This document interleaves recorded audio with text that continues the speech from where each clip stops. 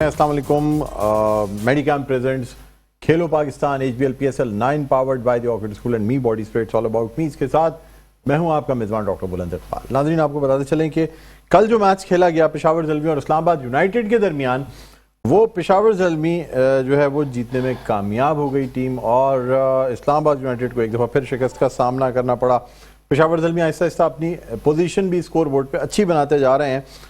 मुकर्रर 20 ओवरों में 201 रन बनाए 5 खिलाड़ियों के नुकसान पे, जिसके जवाब में इस्लामाबाद यूनाइटेड की टीम जो है वो 9 खिलाड़ियों के नुकसान पे सिर्फ 193 रन बना सकी। यहाँ ये बात भी की जा रही है कि जी बड़े बड़े स्कोर्स पे भी टीमें एक ओवर के फर्क या 6-7 रन से हार रही हैं। इसका मतलब ये है कि सारी टीमें जो हैं वो अच्छी परफॉर्मेंस के साथ आई हैं, चाहे हम लाहौर कलंदर के मैचेस देखें या इस्लामाबाद के देखें, तो बड़े बड़े स्कोर्स पे भी टीमें ज़्यादा फ़र्क से हमें ढेर होती नहीं नज़र आ रही, बल्कि आखिर तक मैच जाता है और आखिरी ओवर में या तो फैसला होता है या 5-6 रन से कोई टीम जीत पाती है, या एक ओवर पहले या 5 बॉलों पहले जो है ना वो गेम को ख़त्म होता है। तो ये कल आकिब जावेद ने भी कहा कि जी एक अच्छी बात पॉजिटिव ये है कि टीमों में सनसनीखेज़ मुकाबले देखने में आ रहे हैं, वन साइडेड मुकाबले नहीं जा रहे हैं, इसलिए किसी भी वक्त कोई भी टीम ऊपर आ सकती है, चाहे वो लाहौर की टीम हो या इस्लामाबाद की टीम हो।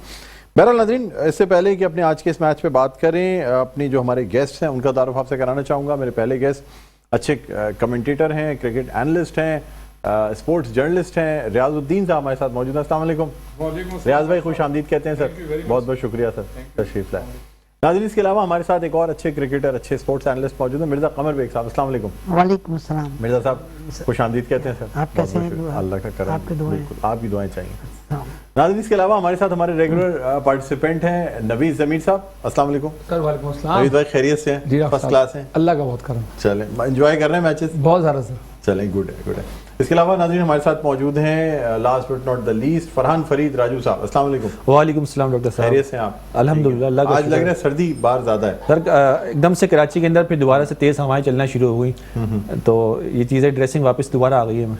वापस से जो सर्दियों की ड्रेसिंग थी वो आपने निकाली, अलमारी में रखते रखते वापस निकाल लो। असल में डॉक्टर साहब बलूचिस्तान में जो बर्फबारी का जो दोबारा सीजन स्टार्ट हुआ है अभी, उसकी वजह से हालिया लहर जो है वो सर्दी की कल झटका मार दिया कराची के अंदर दोबारा जबरदस्त हवाएं आने शुरू। जी जी बिल्कुल, कोयटा वाली हवाएं थी। खुशबू है उस हवा में? बिल्कुल बिल्कुल, हवा में खुशबू है सर, ठंड के साथ साथ, ठंड के साथ बर्फ के साथ निकलती हुई आ रही है हवाएं। और आगे बढ़े तो कहें यख बख्ता कह सकते हैं आप, ऐसी। यस, हाँ, ओहो, इसका मतलब खतरनाक किस्म की। सर अब लगता नहीं है कराची में फरवरी के एंड में ऐसा मौसम होना ये बहुत बड़ी एक मौजज़ा सा नजर आता है, वरना फरवरी के पहले हफ्ते के बाद से कराची में स्वेटर तो दूर की बात, पंखे चलना शुरू हो जाते हैं। उसके बाद फिर फरवरी के एंड से जो है वो बहुत से घरों में तो फरवरी के मिडिल से ही एसी भी दोबारा चलना शुरू हो जाता है। इस दफा वैसे इलेक्ट्रिक को नुकसान ज्यादा होगा। इस दफा अल्लाह ताला ने ऐसा एसी चलाया हुआ है कि वो एसी जो है बार बार रुकता है फिर चल जाता है, रुकता है फिर चल जाता है। और अभी कह रहे हैं कि जुमरात की रोज से कराची में बारिश कमर भाई कह रहे हैं कि नुकसान। हाँ, तो इसलिए हम आप लोग जैकेटों के साथ साथ एक एक अदद कश्ती भी अपने साथ रखें तैयार करके कि अगर ज्यादा बारिश कराची में तो बारिश जो वाले जान है। हाँ, डॉक्टर साहब हमने देखा गया कि ना पहले जब सर्दियाँ आती थी तो बिजली का बिल आधा हो जाता था, लेकिन जब सर्दियों में बिजली का बिल पूरे से भी ज्यादा पूरा हो गया। सर वो इसलिए पर यूनिट प्राइस बढ़ती जा रही है क्योंकि ओवरऑल महंगाई है इस वजह से। बहरहाल इससे पहले कि आप लोगों से हम गुफ्तगू का आगाज करें, इस वक्त हमें ज्वाइन किया है online group managing director मेडिकैम group of companies Junaid Khalil Nainital वाला। अस्सलाम वालेकुम। वालेकुम, कैसे हैं आप? सर अल्लाह का करम, बहुत बहुत शुक्रिया जुनैद साहब, आपने प्रोग्राम के लिए वक्त निकाला है। सर कल का भी मैच जो हुआ, पेशावर ज़ल्मी अच्छे जा रहे हैं और उन्होंने इस्लामाबाद यूनाइटेड को शिकस्त दी, अच्छी बैटिंग की, गो के कम रन से शिकस्त हुई, लेकिन ये कि फिर भी इस्लामाबाद यूनाइटेड को हारना पड़ा। पेशावर ज़ल्मी अब तीसरी पोजीशन पे आ गए हैं, क्या कहेंगे सर कल के मैच के हवाले से? बड़ा इंटरेस्टिंग मैच था। अगेन बैटिंग डोमिनेशन थी। वी वर एक्सपेक्टिंग के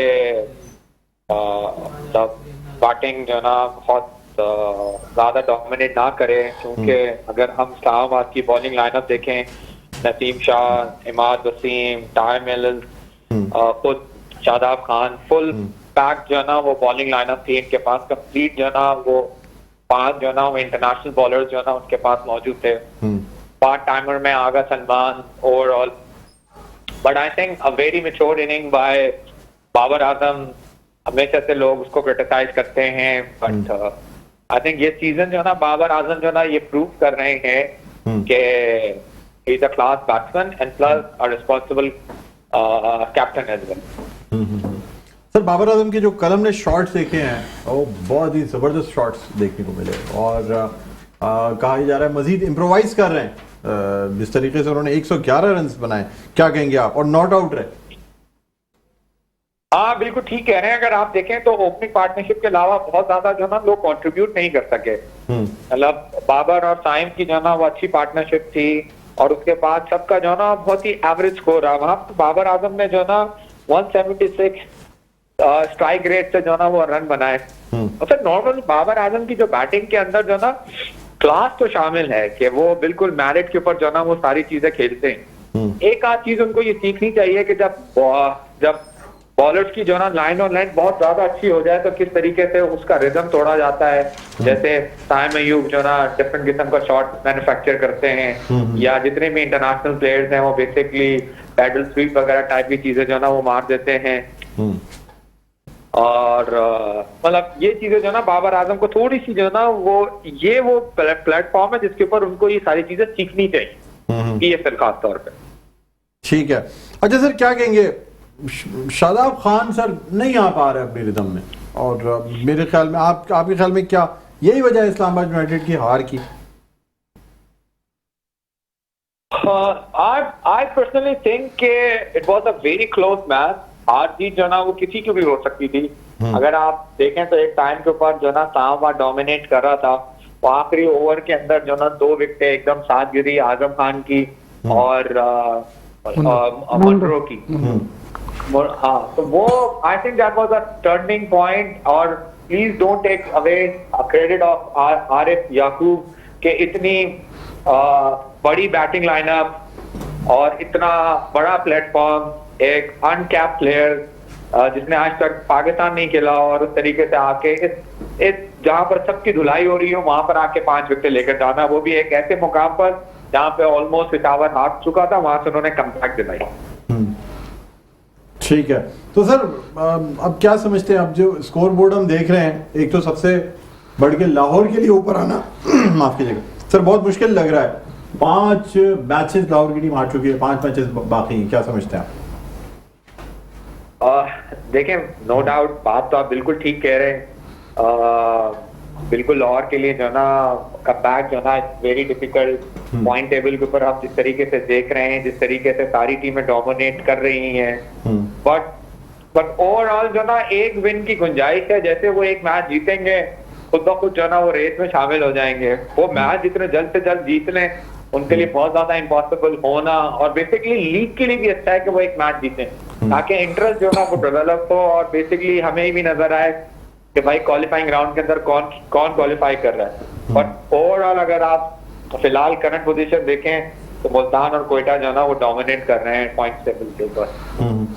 अच्छा सर ये भी कहा जा रहा है कि सारी टीमें इस दफा हमें अच्छी परफॉर्मेंस देती हुई यूं नजर आ रही है कि जो टीमें हार भी रही हैं चाहे वो कंटिन्यूसली क्यों ना हार रही हो, ज्यादा रन्स के फर्क से या ज्यादा बॉलों के फर्क से नहीं हार रही, वन साइडेड मैचेस नहीं जा रहे हैं। क्या आप इस बात को मानते हैं?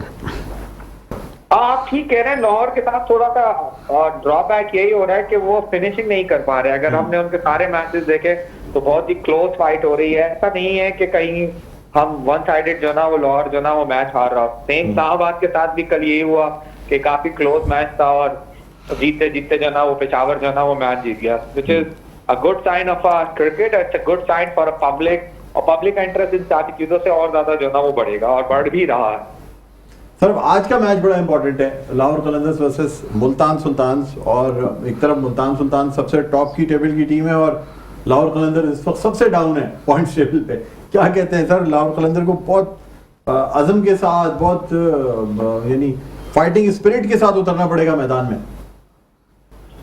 लेकिन लाहौर के लिए जो ना जो सबसे बड़ा मसला है ना वो बेसिकली इस पर जो ना अपनी बॉडी लैंग्वेज को जो ना वो ठीक करना है। पर जो उनके लिए सबसे बड़ा सवाल आया हुआ है वो ये आया हुआ है कि वो किस तरीके से जो ना अपने आप को री ग्रुप करें, री जेल करें, राइट कॉम्बिनेशन खिलाएं। और आई थिंक थोड़ी सी टीम सिलेक्शन में भी जो ना मसला हुआ है। 4 ओपनर जो ना उन्होंने सेलेक्ट करके रखे हुए हैं। मिडिल ऑर्डर उनका थोड़ा सा जो ना वो वीक हुआ है।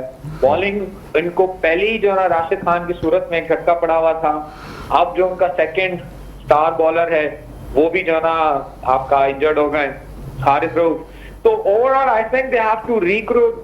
The only thing is lacking is basically a gelling of a team, और एक नई, हर टूर्नामेंट में ना एक नई टीम बनती है, वो टीम नहीं बना पा रहे। ठीक है सर, बहुत बहुत शुक्रिया प्रोग्राम के आपने वक्त निकाला। नाज़रीन, group managing director मेडिकैम group of companies Junaid Khalil Nainital वाला हमारे साथ मौजूद थे। यहाँ एक वक्फा लेना चाहेंगे, वक्फे के बाद दोबारा आपकी खिदमत में हाजिर होते हैं। कहीं न जाइएगा, देखते रहिए Medicam present Khelo Pakistan HBL PSL 9 powered by the Oxford school and me body spray, it's all about me. जी नाज़रीन, वेलकम बैक। एक दफा फिर आपको खुशामदीद कहते हैं। मेडिकैम प्रेजेंट्स खेलो Pakistan HBL PSL 9 powered by the orchid school and me body spray, it's all about me. इसके साथ मैं हूं आपका मेजबान डॉक्टर बुलंद इकबाल। नाज़रीन, ब्रेक पे जाने से पहले हम बात कर रहे थे group managing director मेडिकैम group of companies Junaid Khalil Nainital वाला हमारे साथ मौजूद थे, जिनका कहना यह था कि जी टीम्स अच्छा परफॉर्म कर रही हैं, लेकिन लाहौर के लिए थोड़ा सा मुश्किल होगा इस वक्त अपनी हार को बदलते हुए अब जीत के रिदम में आना। बहरहाल आगाज करते हैं यहाँ स्टूडियो में बातों का। रियाजुद्दीन साहब मौजूद हैं। रियाज भाई, क्या कहते हैं? कुछ आप ब्रेकिंग न्यूज भी देना चाह रहे थे। बिस्मिल्लाहिर्रहमानिर्रहीम, बहुत शुक्रिया डॉक्टर साहब। ब्रेकिंग न्यूज तो ये थी कि सिंध गेम्स में और जितने जब किसी भी मतलब ये कि शोबे में किसी भी शोबे में कोई प्रोग्राम होता है तो उसमें बहुत सारी अच्छाइयाँ भी होती हैं और कुछ खामियाँ भी रह जाती हैं। इसी तरह जो अभी सिंध गेम्स हुए कराची में, नो डाउट के मतलब बहुत से खिलाड़ियों ने इंडिविजुअल परफॉर्मेंस उनकी बहुत अच्छी थी, बड़ा अच्छी परफॉर्मेंस थी। कराची नंबर 1 आई, बेहतरीन हो गया, लेकिन बास मतलब ये खामियाँ भी नजर आई। जो लोग कहते हैं दिन में डॉक्टर साहब आतिशबाजी हुई है, दिन में आतिशबाजी हुई है और इसका सूरज को चिराग दिखाने के मुतरादिफ। बिल्कुल। अब वो बहरहाल उसके जस्टिफिकेशन क्या है सर? यहाँ पे बहुत से लोग जो हैं वो ट्रैक के ऊपर नंगे पैर भी भागे, पता है आपको? जी हाँ, उनसे कहा गया था, लोग बेचारे आगे अंदरूनी सिंध से, उनसे ही कहा गया कि आपको जॉगर्स वगैरह किट यहाँ पे मिल जाएगी। जी बिल्कुल। अब वो खेड़ियों में आते हैं, सैंडलों में आते हैं, ऐसे ही। लेकिन आने के बाद उनसे कहा गया, उनको जूते छोटे दे दिए गए। जिसको 44 चाहिए तो उसको 41 मिल गया, तो मजबूर उन्होंने कहा जी क्या करें अब, और इतनी दूर से आए। सुनने में आया कि एक जूता शूज जो है वो 3000 का, हाँ, और ट्रैक शूट मेरे ख्याल से I am not sure but maybe I think I am right के 2000 का। हाँ, तो ये फ्री में भी और दिए। भी अच्छा। लेकिन ये है कि हाँ, सब कुछ लोगों को जो नॉन अफोर्डिंग थे लेकिन टैलेंट उनको फ्री में दिए, लेकिन तो साइज पूरा नहीं आ रहा था। और सुनने में ये भी आया कि इसका पूरा बजट जो था 15 करोड़ का था। अच्छा, 15 करोड़ रुपए का बजट। ठीक है सर, वो तो अब निगरान हुकूमत थी, अब जा रही है, तो ये है कि बहरहाल जाते जाते वो जो कुछ कर सकते थे उन्होंने अपनी कैपेसिटी में वो किया या कराया। ये चीजें एक बात है, सॉरी टू कट, एक बात अच्छी हुई फरहान साहब, आप रियाज साहब को बोलना उनका पसंद नहीं करते, क्यों? अरे रियाज भाई तो बोलते हैं, और कौन बोलता है? नहीं, मैं इसीलिए राय कर देता हूँ, कई एक प्रोग्राम में आता भी नहीं हूँ ताकि वो कंपनसेट हो जाए। आप इसलिए आज खामोश हैं, इनको बोलना है कि आज मौजूद हैं, बॉस हैं। एक बात बड़ी अच्छी है कि जो मतलब सूबाई वज़ीर खेल थे एक ज़माने में डॉक्टर मोहम्मद अली शाह साहब, जी जी, तो उनके ज़माने में रिकॉर्ड मतलब ये हिस्ट्री थी पाकिस्तान की कि 8 सिंध गेम्स हुए थे माशाल्लाह, और एक साल में 2 मतलब सिंध गेम्स उन्होंने करवा दिए थे। तो अब उनके साहबजादे हैं डॉक्टर जुनैद अली शाह, तो उनके ज़माने में भी मतलब ये कि ये हुआ दोपहर में आतिशबाजी तो होगी, दोपहर में आतिशबाजी। उनके ज़माने में एक रिकॉर्ड बना, एक साल में 2, इनके ज़माने में एक नया रिकॉर्ड बना कि दोपहर में आतिशबाजी हुई। नजर तो आ रही होगी सर, फिर भी कुछ कर। लेकिन बहरहाल डॉक्टर साहब ये तो है कि जब ये हेल्थी एक्टिविटीज बहरहाल मतलब है कि नौजवानों के लिए अच्छी होती है, इसका शबरात करीब थी शायद, इसलिए दोपहर में आतिशबाजी कर दी। जैसे मौसम शबरात की वजह से तो नहीं आतिशबाजी कर दी दोपहर मौसम में? अब ये तो कल हुई है, शबरात तो परसों गुजर चुकी थी। क्लाउडी वेदर था। अच्छा दिन आएगा तो अच्छा। चले मिर्जा खबर बेग साहब, आप क्या कहते हैं? क्लाउडी वेदर की वजह आपकी से तरफ आऊंगा मैच के हवाले से। अभी तो ये हमने सिर्फ ब्रेकिंग न्यूज और सिंध गेम्स के हवाले से बात की। हेलो हाय हो गई, अभी वापस आते हैं आपकी तरफ। जैसा कि आतिशबाजी का कहा, उस वक्त क्लाउडी वेदर था तो कुछ थोड़ा नजर आ गई। हाँ, जैसे कहते हैं ना अभी टुक जमा है, वो वाली बात हो गई थी। क्या बात, ठीक है। अच्छा, आप मुझे आप बताएंगे क्या कहते हैं कल का जो मैच हुआ पेशावर ज़ल्मी वर्सेस इस्लामाबाद यूनाइटेड? बिल्कुल, देखें ये जिस तरह से कल मैच हुआ है, अब जरा पता चल रहा है कि PSL हो रहा है, क्लोज फिनिश है। अभी तक आप समझ नहीं पाए थे नहीं, कि क्लोज SPL है या फिनिश PSL है? हाँ, जिस तरीके से क्लोज फिनिश हो रही है इसमें खुद PSL की एक हाइप बढ़ेगी इसमें। अच्छा, बहुत अच्छी फाइट कर रहे हैं जो भी है, चाहे लो स्कोरिंग हो या हाई स्कोरिंग है। लेकिन इसमें कल थोड़ा सा हमने ये देखा, आजम खान ने अभी अपने आप आपको को मजीद पता चलेगा जब यहाँ नेशनल स्टेडियम में मैच होंगे, फिर मजीद आपको यकीन होगा कि हाँ वाकई पीएसएल। हाँ बिल्कुल, हकीकत में पता क्यों ये ट्रैफिक में जब जैम हो के हम पहुंचेंगे ना, नहीं है यहाँ आते हुए आपको किसी किस्म का कोई ट्रैफिक जाम नहीं मिला, इसकी गारंटी। अच्छा बिल्कुल, तो ये आपने करवा दिया यहाँ? वापस जाते हुए वापस हाँ, क्योंकि आप आएंगे तो अपने पैरों पर जाएंगे हमारी मर्जी। जी बिल्कुल। तो बहरहाल मैच के कल जिस तरीके से वो ये कहते हैं ना कि बाबर आजम को इस मैच से शाइन मिल रहा है, हाँ। आगे उसकी फ्यूचर कैप्टनसी का, हाँ। क्योंकि जिस तरह की पेशावर की रिवायत रही है कि पेशावर जब उठता है तो बड़ा बड़ा को बना देता है, कप्तानों को।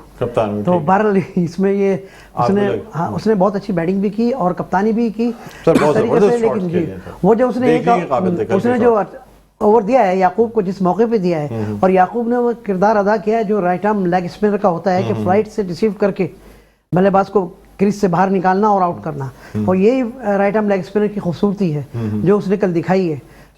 लेकिन ये कि उसमें थोड़ा सा दोष उन दोनों को भी दूंगा मैं, एक तो ये मोन्रो नहीं, ये जो हमारे जो स्टार हैं फहीम अशरफ और इमाद वसीम, इनको वहाँ मैच लेना था लेकिन वो बिल्कुल ही सरेंडर हो गए उसके आगे आखिर में जो जी बिल्कुल। और जो रिवर्स शॉट खेला था उसने, इसको खेलने की जरूरत ही नहीं थी फहीम अशरफ को, वहाँ पूरा गिव अप कर गया वो।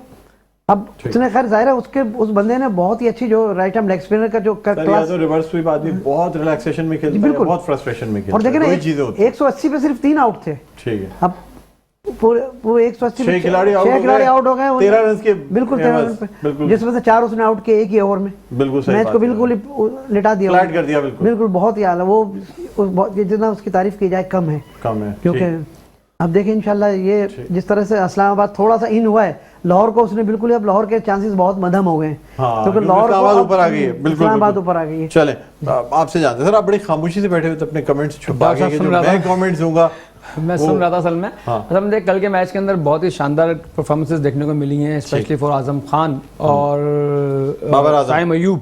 साइम अयूब एक बेहतरीन टैलेंट निकल के सामने आ रहा है, जबरदस्त बैटिंग, और जिस तरह का कॉन्फिडेंस कल दिखाई दे रहा था, जो उन्होंने स्कूप पे 6 मारा था उन्होंने बैट्समैन बॉलर को, वो खड़ा हुआ हैरान परेशान रह गया कि क्या 6 मारा। तो सर ये कॉन्फिडेंस हमें हमारी मैनेजमेंट के लोग को चाहिए कि ऐसे प्लेयर को और कॉन्फिडेंस दें, उसको टीम में रखें, और बहुत ही एक्स्ट्रा ऑर्डिनरी। मुझे तो लग रहा है कि पाकिस्तान के अंदर एक बड़ा जबरदस्त टैलेंट है जो बिल्कुल दरवाजे पे खड़ा हुआ है, तो उसको हमें बड़ा संभाल खोलने की जरूरत है। खोल चुका दरवाजा तो खोल चुका है सर, न्यूजीलैंड की सीरीज मिल चुकी है, लेकिन उसको अभी हमें और मौके देने हैं, उसको भरपूर 2-3-4 सीरीज दी जाए तो वो अपने आप को निखार के लेकर के आएगा सामने। बहुत अच्छा टैलेंट है। उसके साथ साथ मैं तारीफ करूंगा, यहाँ भी इन्होंने डिस्कस किया था कि बहुत बड़ा रिस्क था कल आरिफ याकूब को जब ओवर दिया गया था, उस वक्त कंडीशन ये थी मुनरो पे मैच था, मैच पूरा का पूरा। जब आजम खान आउट हो गए तो मुनरो को आखिरी ओवर तक जाना चाहिए था। मुनरो ने वो जो शॉट खेलने के लिए निकल के खेले वो स्टंप हो गए, तो वो उनकी बैड लक कह लें या ये कह लें कि पेशावर की बदकिस्मती थी कि वो जीत गया। आरिफ याकूब की क्वालिटी ये थी सबसे बड़ी जो मुझे उस बॉलर में क्वालिटी दिखाई दी, उसने 4 गेंदें सिर्फ एक ही लाइन पे की हैं। आप देखिएगा जो प्लेयर आउट हुए उनको बल्ले से बहुत थोड़ी सी दूर थी गेंद, खिंची हुई बॉलें थी, वो बना नहीं पा रहे थे गेंद को। Batsman right arm leg spinner को खेलने के लिए निकलने का तरीका यही होता है कि वो आगे बढ़ के बॉल की पिच पे पहुंच के खेले, लेकिन आप खड़े खड़े मारेंगे तो गेंद बल्ले पे आने के चांसेस कम होते हैं। तीनों प्लेयर ने जो शॉटें खेली हैं वो दूर की बॉल को शॉट खेली हैं और वो आउट हुए हैं। तो यहाँ मैं तारीफ करूंगा आरिफ याकूब की, बहुत ही प्लान करके उनको पता था मैंने किस जगह पे गेंद करनी है। लेकिन यहाँ पर हम ये कहते हैं कि बाबर आजम ने रिस्क तो दिया, लेकिन देखें रिस्क तो सबसे बड़ा उस प्लेयर के लिए था। अगर वो कल का मैच लूज करवा जाता तो उसका क्रिकेट करियर भी खत्म हो जाता, क्योंकि देखें एक तरीके से वो बड़ा नया बॉलर था और उस नया बॉलर ने, लेकिन कल के मैच में देखें जब बंदा बहादुर होता है उसमें बहादुरी से बॉल करता है तो अल्लाह भी साथ देता है उसका। और डेफिनेटली जो प्लेयर को उसने आउट किए, हैदर अली को उसने आउट किया, इमाद वसीम को उसने आउट किया, फहीम अशरफ को उसने आउट किया, मुनरो को उसने एक ओवर के अंदर आउट किया, तो आउटस्टैंडिंग बॉलिंग थी उसकी और बहुत शानदार उसका मैच का पासा ही पलट दिया सर। उसकी लाइन और लैंड बड़ी कंट्रोल्ड बॉलिंग थी, डेफिनेटली बहुत अच्छा एक इजाफा है पीएसएल के अंदर T20 की क्रिकेट में, पाकिस्तान की क्रिकेट के लिए कि आरिफ याकूब जैसा bowler right arm leg spinner जिसके हम चाहते थे कि इस टाइप का मौका दिया तो उसे करके दिखाया सर, करके दिखाया डेफिनेटली। आप क्या कहते हैं फरहान फरीद राजू, पहले तो मुझे बताएं कि पीसीबी में कोई एक अपॉइंटमेंट हो गई है जी वज़ीर आज़म की जानिब से। देखिए वज़ीर आज़म ने अपने अख्तियारात को वसी किया और अख्तियार पैदा किए और उसके बाद तकरीर शुरू कर दी, एक और अपॉइंटमेंट कर दी गवर्निंग बोर्ड में, और 2 और गुंजाइश बाकी है बोर्ड ऑफ गवर्नर्स में, जी 2 और गुंजाइश। 2 नाम मेरे सामने तो बहुत बिल्कुल सिंपल नजर आ रहे हैं मुझे। जी बिल्कुल, अगर आपकी दुआ आपका तो अपना नाम मुझे बड़ा जबरदस्त नजर आ रहा है। कुछ पता नहीं है डॉक्टर साहब आपको कि यहाँ बोर्ड से में होना हमारे चाहिए। पैनल से किसी का भी नाम आ जाए। हाँ। और क्योंकि आपने उस दिन जिक्र किया था कि जो लोग यहाँ पर पीसीबी पे तनकीद करते हैं और बाद में फोन आता है हमारा सेंट्रल कांटेक्ट है, हम आपसे बात नहीं कर हाँ, सकते। नहीं कर सकते। अगले सीजन पे यही अगले होता है। सीजन में ऐसे ही होता है फिर। हाँ। तो हो सकता है पॉजिटिव। बारह कल के मैच पे अगर बात करें देखो, तो हमारे पास कोच भी आते थे, उनके साथ भी यही हुआ कि वो भी जी जी समझ गया। काफी सारे लोग जो हैं ये मोहसिन हसन खान साहब थे, हामिद महमूद साहब थे, गुलाम अली साहब थे, और लिस्ट है बहुत बड़ी। एक लंबी लिस्ट है जी, जो जो- कि यहाँ पे आते जी। रहे। कोचेस भी हैं और भी लोग हैं जो कि अगले सीजन सर बस नहीं हो पा रहा, मेरी समझ में आज तक ये बात नहीं आ पाई, नहीं हो पा रहा तो फैजान बाकर का नहीं हो पा रहा है। नहीं, इतनी एफर्ट कर रहे हाँ, हैं, इतनी फैजान एफर्ट कर रहे हो वो। देखिए फैजान बाकर का देखिए जितनी बातें वो फरहान फरीद राजू। कशकोल में रखी जाती हैं वो इंशाल्लाह आपने एकदम से एक्सपोज कर देंगे। आ जाएंगे। आ असल में वो सही जगह सही समझ में नहीं लेकिन जाते। सर अच्छा टैलेंट है, अच्छा टैलेंट है, किसी न किसी को उसको उठाना जरूर चाहिए। वो ग्रेड टू लेवल का कोच है, उसको मौका मिलना चाहिए मेरे हिसाब से। अच्छा डॉक्टर साहब, अब पहले तो सर सिंध गेम पे बात करूंगा कि 15 करोड़ रुपए का बजट, और बाज़ाहिर अगर देखा जाए तो नहीं लगता कि 15 करोड़ रुपए यूज हुए हैं। मतलब इतना बजट है, और कुछ जराये से ऐसे पता चला नहीं, कि मैं आपसे इख्तिलाफ करूंगा। डेली महंगाई बहुत है डॉक्टर साहब, डेली बहुत लोग थे जो डेली मिली है लड़कों आप को। एक शादी कराने जाए 50 लाख रुपए ऐसे लग जाते हैं आपको पता नहीं चलता। डॉक्टर इसमें साहब तो एक पटाखे जो डेली 15 मिली है, करोड़ 50 लाख रुपए आजकल एक शादी की तकरीब पे खर्च हो जाते सबसे ज्यादा पैसे आतिशबाजी में अच्छा जो हाँ जो डेली है सबसे ज्यादा पैसे खर्च दिन में जो ही है। चल गए ना, उड़ गए वो। अच्छा, दिन में जो ही है। जो जहां पर लगने चाहिए थे, जिनके लिए ये बजट पास हुआ था जिन प्लेयरों को, उनके लिए तकरीबन 6,500 या 8,500 रुपए डेली का हुआ था, लेकिन उनको मिले 2,500 3,000 रुपए। अच्छा। जिनके लिए 6,500 रुपए पास हुए, उन्हें 2,500 मिले। सर उसमें 2,000 रुपए के ही बता रहे हैं कि ट्रैक सूट वो सबको नहीं मिले, 3,000 रुपए वो के जूते सबको थे, नहीं मिले। 6,000 5,000 रुपए ये होगा, 3,500 रुपए ऊपर से मिल गए, वही 8,500 डॉक्टर साहब यहाँ मैं डेली होती है। डेली। हाँ तो कपड़े डॉक्टर गंदे साहब, होते हैं सर, डेली बदलने भी तो यहाँ पड़ेंगे। मैं एक बात कहना चाहूंगा, क्योंकि हम अभी शबरात पे नोट कर रहे थे, हाँ। बातें कर रहे थे कि यार इस दफा आतिशबाजी नहीं हो रही नहीं हुई, शबरात में। नहीं मेरे हुई। ख्याल है सारा एफर्ट माल शॉर्ट हो गया था। वहीं तो अच्छा मैच पे आए थे। आरिफ याकूब की आपने बात की। आरिफ याकूब के लिए मैंने पिछले साल तकरीबन इतने प्रोग्राम किए अपने यूट्यूब चैनल्स पे, और उनके लिए इतनी बात की कि क्योंकि सीनियर डिस्ट्रिक्ट में 42 विकेटें हासिल की उन्होंने, और उसके बाद उन्होंने ग्रेड 2 की टीम में शामिल किया। फिर उनके लिए बात की तो उन्हें एक फर्स्ट क्लास मैच खिलाया गया, और नवंबर के महीने में, उसके बाद फिर नवंबर के बाद दिसंबर में उन्हें T20 डेब्यू कराया गया। फिर पेशावर ज़ल्मी का यहाँ पर कैंप लगा RCA गुलबर्ग ग्राउंड पे, जहां पर जो है वो एक जोन ने बाइकआउट कर दिया कि अपने लड़के नहीं भेजेंगे। ये जोन 7 के थे, यहां से इनको सिलेक्ट किया गया इमर्जिंग प्लेयर के लिहाज से, ये पेशावर ज़ल्मी में सिलेक्ट हुए। उसके बाद जब उनको मौका मिला, उन्होंने परफॉर्म किया, 3 विकेटें हासिल की इससे पहले मैच में, और कल जब 19 रन दिए थे उन्होंने 3 ओवर में, तो आखिरी ओवर इनका बनता ही था, क्योंकि बाबर आजम का एक बड़ा फैसला तो था, लेकिन उस वक्त मैच का सबसे बेहतरीन बॉलर जो था उसी को बॉलिंग देनी थी। तो सबसे बेहतरीन बॉलर यही था जिसने सिर्फ 19 रन दिए थे। तो फिर आपने अपने वीलॉग में सराहा उनको कि देखिए। जी बिल्कुल सराहा उनको, मैंने मुबारकबाद भी दी, पर्सनल भी फोन किया जी, और मुबारकबाद भी दी। देखिए 13 गेंदें और 21 रन, और एक लड़का 30 गेंदों पर 75 बना के खेल रहा है, और एक लड़का 42 गेंदों पर 71 रन पे खेल रहा है। ऐसे मौके पे आरिफ याकूब एक लेग स्पिनर जो एक लेफ्ट हैंडर के सामने लेके आना, मतलब एक इस बॉलर के लिए तो बहुत बड़ी वो थी कि चैलेंज था उसके लिए, और उसने वहां पर आगे PSL का एक नया रिकॉर्ड कायम कर दिया कि एक ही ओवर में 4 विकेटें ले ली। एक ओवर में 4 विकेटें आज तक PSL में। ऐसे मौके पे तो खैर, और देखें आपने ओसामा मीर को देखा, ओसामा मीर इतने बड़े बड़े मैचों में जो है वो इतने खतरनाक अंदाज में इस तरह पिटते आए। हमने यासिर को देखा, वो इतनी परफॉर्मेंस नहीं दे सके। हमने उस्मान कादरी को देखा, वो इस तरह की परफॉर्मेंस नहीं दे सके। तो ये PSL में ये कि अब बाबर आजम की मैं बात करूंगा, बाबर आजम ने आउट ऑफ द बॉक्स जाके कुछ शॉट्स खेले, दिखाया है PSL के अंदर कि अब वो कुछ अलग होके आएंगे। उन्होंने पैडल स्वीप भी खेले, उन्होंने बिल्कुल पीछे हटके जो कुछ शॉट नए इंट्रोड्यूस कराए शॉट, मतलब 42 गेंदों पर उन्होंने 15 ओवर में अपनी 50 मुकम्मल की थी, और उसके बाद 17 गेंदों पर दूसरी 50 मुकम्मल कर ली। मतलब वो कुछ आउट ऑफ द बॉक्स जाके खेलना चाहते हैं, और उन्होंने करके दिखाया कि उन पे जो तनकीदें हो रही थी कि वो बाबर आजम उस तरह के शॉट नहीं खेलते, 15 ओवर तक वाकई में बाबर आजम उस तरह के शॉट नहीं खेल लेते, लेकिन आगे जो 17 गेंदें थी उन्होंने उस गेम का नक्शा चेंज कर दिया। और बाबर आजम ने ये प्रूफ किया, बताया है कि आगे जो है वो यकीनी तौर पर T20 में इनके नाम आ रहा था कि अब साइम अय्यूब या फिर फकर जमान को ओपनर होना चाहिए। तो इस वक्त तक उन्होंने, लेकिन पाकिस्तान टीम के लिए मैं एक अच्छा शुगुन यह है कि आरिफ याकूब के साथ ज्यादती नहीं होना चाहिए। T20 वर्ल्ड कप करीब है, उन्हें और पॉलिश करना चाहिए, क्योंकि पाकिस्तान के पास कोई ऐसा स्पिनर नजर नहीं आ रहा कि जो पाकिस्तान टीम में सेटल हो सके। हाँ जगह बनती है। मैं एक बात आगे और कहूँगा कि अब याकूब का बनता है टेस्ट में सेलेक्ट होना। ठीक है, आप क्या कहते हैं रियाज भाई? मैं तो ये कहूँगा जनाब, ज़ाहिर है ये नवा सीज़न है, और इससे कब जितने भी सीज़न होते रहे, ये PSL की एक सबसे जो पॉजिटिव बात निकल के सामने आई है वो ये है कि हमें हर सीज़न के बाद आपको कुछ ना कुछ नए आपको नौजवान मिलें, और आप ये देखें कि जितनी भी पाकिस्तान की टीमें उसके बाद बनती रही हैं उनको मौके भी मिले हैं। ये और बात है कि बहुत से खिलाड़ी जो हैं उन्होंने उन मौक़ों से फ़ायदा उठाया, बात नहीं उठा सके। और उसी तरह जिस तरह पिछले सीज़न में आपके न्यू कमर जो है आउटस्टैंडिंग परफॉर्मेंस का मुजाहरा कर रहे थे, इसी तरह इस सीज़न में भी आप ये देखें कि काफ़ी हसीबुल्ला हैं, साइम अयूब हैं, साहबजादा फरहान हैं, वो भी आउटस्टैंडिंग परफॉर्मेंस का मुजाहरा कर रहे हैं। लेकिन डॉक्टर साहब, कल जो पेशावर और इस्लामाबाद के मैच की बात थी, वो एक मतलब दूसरा ने तो पहली सेंचुरी की थी अपनी टीम की तरफ से, लेकिन कल मैं ये समझता हूँ कि शायकीन के लिए बड़ा अच्छा दिन था।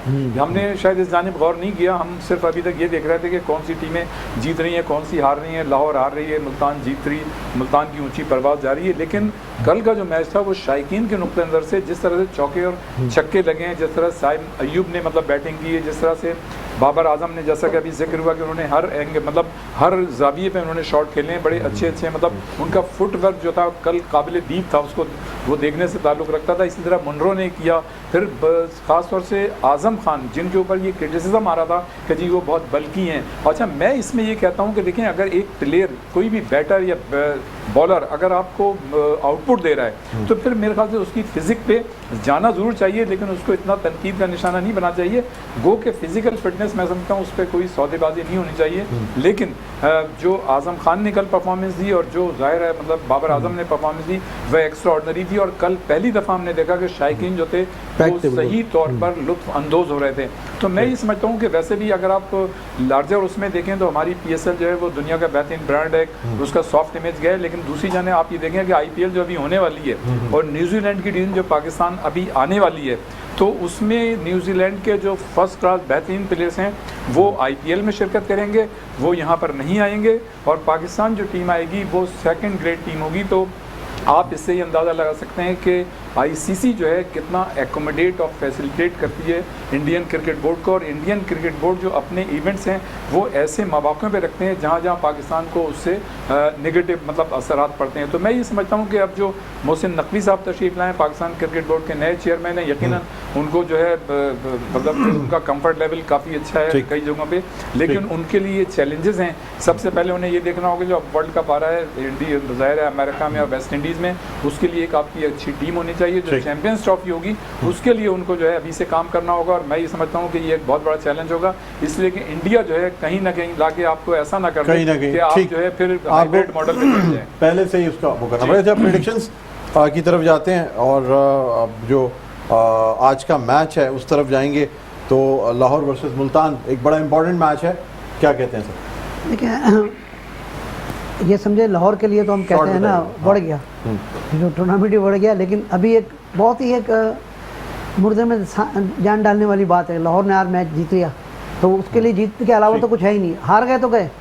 लेकिन मुल्तान इस वक्त जिस तरीके से कौन जीतेगा सर आप बताएं? लाहौर का बॉडी लैंग्वेज गिरा है, मुल्तान के चांस ज़्यादा हैं। ज़्यादा नहीं सर, एक मुल्तान जी भाई देखें, इससे पहले जो 18 मैचेस हुए हैं 9 मैचेस दोनों टीमों ने जीते हैं। और जो लास्ट मैच था वो भी मतलब यहाँ पे मुल्तान ने जीता था 21 फरवरी को जो हुआ था। और जो लास्ट जो सीजन था उसमें दोनों मैच आज जीतने जा रहा है ये बताएं? मैं ये समझता हूँ कि हो सकता है, मुझे लग रहा है कि आज जो है लाहौर की टीम कमजोर है, लेकिन जी फरहान फरीद राजू जी लाहौर कलंदर आज का मैच इंशाल्लाह जीतेगा। इंशाल्लाह। जी आप बताएं डॉक्टर साहब, थोड़ा टाइम ले लूँ या नहीं लूँ? नहीं टाइम नहीं है, बिल्कुल टाइम इधर नहीं है। थोड़ा सा एक जुमला बोलूंगा जरूर मैं। आजम खान के लिए कंसिस्टेंसी की जरूरत है, उनको बहुत अच्छे प्लेयर हैं। कंसिस्टेंसी की या कंसिस्टेंसी की ताकि वो सर जी मुस्तकिल मिजाजी समझ लिए, ताकि वो कल के मैच में 30 बॉल्स के ऊपर उन्होंने ये आज ब्रेथ वेट को इसलिए नीचे लाना चाहिए सर। कल के मैच में गेम चेंजर बन सकता है लाहौर का ब्रेथ वेट, उसके अलावा नामुमकिन है सर। कल के मैच में 30 बॉल्स पे इन्होंने 75 रन किए हैं। अब आजम खान ने बेहतरीन बैटिंग की है। लेकिन आज के मैच की जहाँ तक बात करते हैं, मैं समझता हूँ आज लाहौर के जीतने के चांसेस मौजूद हैं। हाँ ठीक है, 3 लाहौर है। मैं भी लाहौर पे गया हूँ। लाहौर पे जा रहे हैं आप? जी ठीक है। चलिए जी, बहुत बहुत शुक्रिया रियाज भाई, आपका शुक्रिया, मिर्जा कमर बेग आपका शुक्रिया, नवीद ज़मीर साहब आपका, और फरहान फरीद राजू। उम्मीद करते हैं आज का भी एक एक्साइटिंग मैच देखने को मिलेगा लाहौर कलंदर के साथ। हमारी जो दुआएं हैं वो इसलिए हैं कि Medicam is sponsor of Lahore Qalandars, इसलिए उम्मीद करते हैं और दुआ करते हैं कि लाहौर कलंदर को आज के मैच में फतह हासिल होगी। बहरहाल मुझे बुलंद इकबाल को इजाज़त दीजिए, अपना बहुत ख्याल रखिएगा, अल्लाह हाफ़िज़।